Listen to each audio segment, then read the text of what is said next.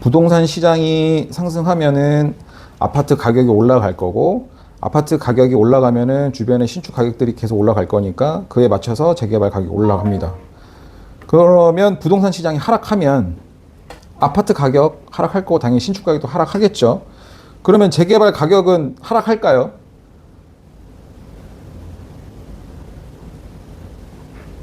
하락할 수도 있고 하락 안 할 수도 있습니다. 왜냐하면 어차피 신축 가격이 조금 내려왔어. 시장이 안 좋아서 이만큼 내려왔어. 이만큼 내려온다 하더라도 얘는 이만큼의 또 수익을 낼 수 있는 구간에 있는 거잖아요. 그러니까 시장이 완전 폭락해가지고 막 이 정도까지 오지 않는 이상 재개발 가격은 사실은 영향은 크게 없다는 거죠. 물론 당연히 시장이 안 좋으면 수요가 줄어들기 때문에 그거에 대한 영향을 받겠지만 주변의 신축 가격이 내려오면서 그거에 맞춰서 수익을 내는 구조이기 때문에 수익을 더 낼지 덜 낼지의 문제지 영향이 크진 않다. 그래서 시장이 안 좋고 이럴 때는 오히려 아까도 말씀드렸지만 초기 단계의 재건축, 재개발 이런 거 보시는 게 맞습니다. 그러면 지금 어저께 대책이 나왔고 아마도 조금 불안하시죠. 고객님들 전화하셔가지고 이제 막 그 물건 보시던 분들도 막 계좌 달라고 했던 분들이 어제 좀 고민해 보겠다. 조금 시간 좀 지켜보겠다. 이렇게 얘기하시거든요. 그러니까 계좌를 달라고 했다가 계좌가 안 나오니까 계속 뭐 물건 나오면 빨리 달라 이렇게 하셨던 분들이 지금 조금 기다려 볼까요? 뭐 이렇게 하고 있어요. 일단은 어저께 대책으로 인해서 그 하루 만에 이미 지금 시장의 분위기가 상당히 냉각은 됐습니다. 그러면 가격 영향이 있겠죠. 수요가 줄어드니까. 그러면 예를 들면 가장 타격을 받는 게 어떤 걸까요? 신축 아파트, 최근에 많이 올랐던 신축 아파트들, 최상급지, 뭐 원베일리를 비롯하여. 근데 사실은 우리는 또 학습 효과가 있기 때문에 이런 최상급지들은 떨어진다 하더라도 금방 또 올라옵니다. 근데 이제 조금 이제 최상급지 말고 최상급지가 조금 떨어지는데 많이 올라서 생각보다. 그런데 신축 같은 경우에는 가격이 좀 내려오겠죠. 그럼 내려오면 그 주변에 재건축을 하더니 그 주변에 정비 사업을 하던 단지는 영향을 받겠지만 그 신축 가격이 내려옴으로써 내 수익이 좀 덜 하는 것 뿐이지 직접적인 영향은 없어요. 수요에 대한 영향은 있겠지만. 그래서 재개발, 재건축이 우리 하락장에서도 굉장히 유효한 투자 수단이고 안정적으로 수익을 낼 수 있고. 그러니까 사실 저도 이제 재개발 투자를 많이 하잖아요. 저는 초기 단계 위주로 많이 하는데 손해본 적이 한 번도 없어요. 단 한 번도. 안 올랐으면 안 올랐지 손해본 적이 한 번도 없거든요. 그만큼 우리 주식 같은 경우에는 그냥 막 코인은 뭐 말도 어마무시하고 저는 그 부동산 투자하면서 가장 편한 게 뭐냐면 그냥 마음이 편해. 주식은 내가 사잖아요. 지금 밥 먹으면서도 막 계속 보고 막 이러잖아요. 부동산은 그런 게 없어. 그냥 편해. 너무 좋아요. 난 그게 제일 좋은 것 같아요. 그래서 특히나 재개발, 재건축 같은 경우에는 그냥 묻어두면은 알아서 올라가는 구조이기 때문에 크게 신경 안 써도 됩니다. 그래서 재개발, 아파트 가격이 올라가면은 신축 가격이 올라갈 거고 그에 맞춰서 재개발 가격도 올라가는 거고 아파트 가격이 내려가면은 신축 가격도 내려가기 때문에 재개발 같은 경우에는 수익이 덜 난다 뿐이다. 물론 영향이 있겠지만 크게 이제 마이너스 나거나 그러지 않다. 근데 그건 있어요. 이제 거의 아파트에 다 온 것들, 뭐 예를 들면 이제 뭐 그 거의 다 지어진 것들 있잖아요. 뭐 레미안 트리니티원이나 뭐 잠레아나 이런 것들, 일반 분양 끝난 것들, 분양권들만 거래하고 이런 것들은 영향이 있겠죠. 그러니까 영향이 없는 거는 초기 단계일수록 영향이 없어. 그런 것들은 사실 올라간 것도 없거니와 주변의 신축에 비해서 한참 아래의 가격이기 때문에 크게 영향 없다.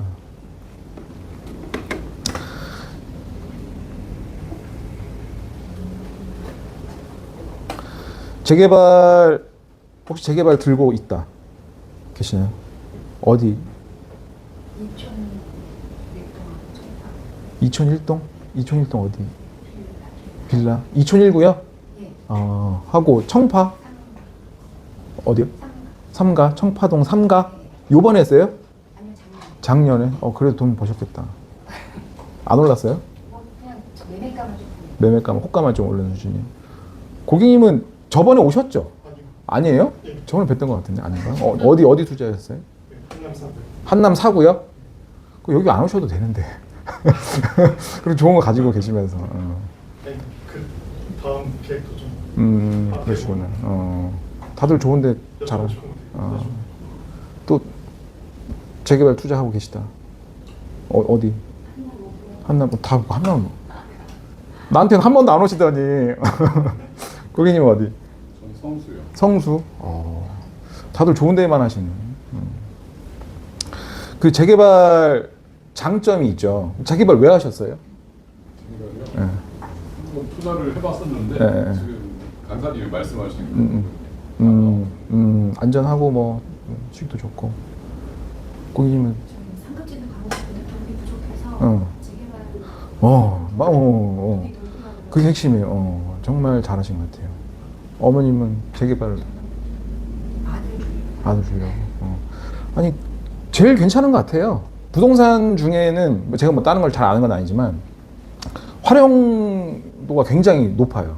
뭐 예를 들어 아들 주신다고 했잖아요. 증여나 상속하는 것도 훨씬 더 좋고 작은 금액으로 증여를 했는데 이게 점점 계속 가격이 불어나니까 그런 것도 좋고 뭐 이제 재개발 같은 경우는 또 상품군이 다양하잖아요. 아파트도 있고 도로 부지도 있고 뭐 여러 가지 그거에 따라서 내 취득세라든지 어떤 세금 전략들이 달라지고 굉장히 포트폴리오를 다양하게 구성할 수 있는 게 가장 큰 장점이에요. 물론 재건축 같은 경우에는 아파트랑 상가가 있는데 상가는 요즘 조금 위험하잖아요.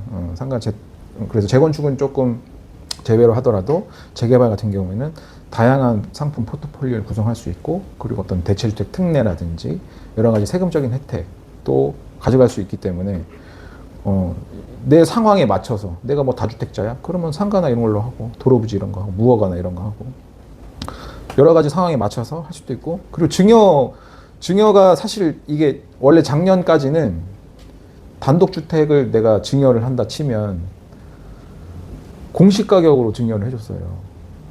작년까지만 하더라고요. 근데 이제 조금 이제 그게 힘들어졌습니다. 이제 단독주택 같은 경우에도 다 감정평가를 해서 시세대로 내지는 시세보다 조금 떨어지는 감정평가 금액으로 이제 증여를 하든가 이렇게 해야 돼서 조금 안 좋긴 했는데 아무튼 여러 가지로 장점들이 많았었습니다. 그래서 아파트 같은 경우에는 내가 이제 실제 거주할 수도 있고 그리고 상가 같은 경우에는 주택수에도 포함이 안 되고 취득세가 4.6% 균일하니까 다주택자 같은 경우에는 이런 거 많이 이용하시고 특히나 사업자 대출 통해서 이제 초기 투자금 그러니까 사업자 대출은 어제 사업자 대출은 안 건드렸어요. 제가 볼 때는 설마 건들까? 왜냐면 사실 그 자영업자들이 사업자 대출에 직접적인 영향을 받거든요.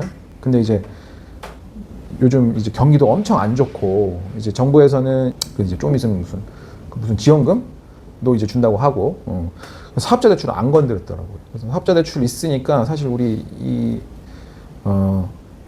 어제 한도 6억까지밖에 안 된다고 했잖아요. 근데 이제 사업자 대출을 통해서 하는 방법이 있긴 있어요. 네, 그래서 그거를 잘 활용하시면 남들보다 더 한 발짝 더 나갈 수도 있다. 근데 이게 우리끼리만 해야 돼.